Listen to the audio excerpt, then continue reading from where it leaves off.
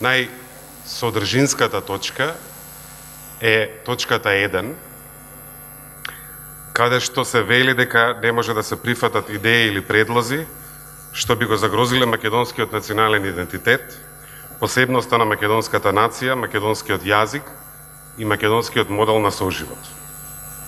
Ве уверувам дека ниту јас, ниту било кој член или председателот пак на владата на Република Македонија прифаќа такви идеи. Како што во многу наврати потенциравме, конечната спогодба е сосема спротивното.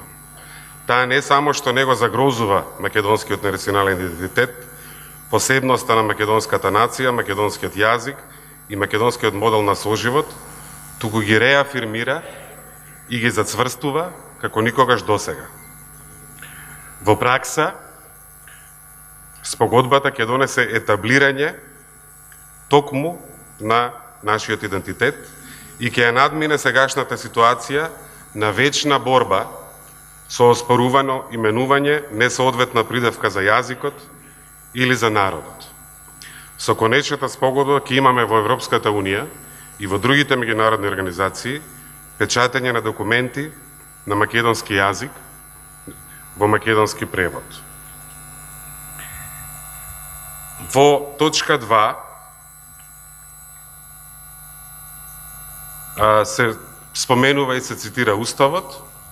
Мислам дека сме должни да бидеме искрени, тоа им го должиме на граѓаните.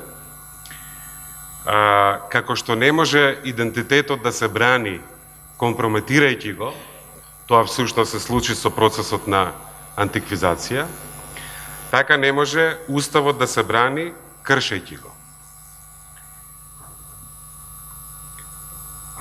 Уставот на РМ децидно вели: председателот своите права и должности ги врши врз основа и во рамките на Уставот и законите.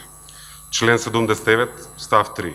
Понатаму, председателот може да одлучи да не го потпише указот за прогласување на законот. Собранието повторно го разгледува законот и доколку го усвои со мнозинство гласови од вкупниот број пратеници, председателот е должен да го потпише указот. Повторувам, председателот е должен да го потпише указот. Ова е многу недвосмислена одредба. Член 75 став 3 од Уставот. Председателот на Република Македонија е одговорен за кршење на Уставот и законите во вршењето на своите права и обврски. Меѓународните договори во име на Република Македонија ги склучува председателот на Републиката. Тоа е став 1. Понатаму, меѓународни договори во име на Република Македонија може да склучува и владата на Република Македонија, со кои се редуваат прашања од областа на економијата, содржано е во договорот, финансиите, науката, содржано е во договорот, културата, образованието и спортот, содржано е во договорот, сообраќајот, врските, урбанизмот, градежништвото, заштита на животна средина, содржано е во договорот, земјоделство, шумарство, водостопанство, здравство, енергетика, содржано во договорот, правдата, трудот и социјалната политика, човековите права, дипломатско-конзуларните односи, содржано е во договорот, како и од областа на одбраната и безбедноста на државата, содржано е во договорот. И мислам дека исто нешто што треба јавноста да го знае е дека според евиденцијата во Министерството за надворешни работи на Република Македонија, од независноста до денес, Собранието ратификувало 897 меѓународни договори.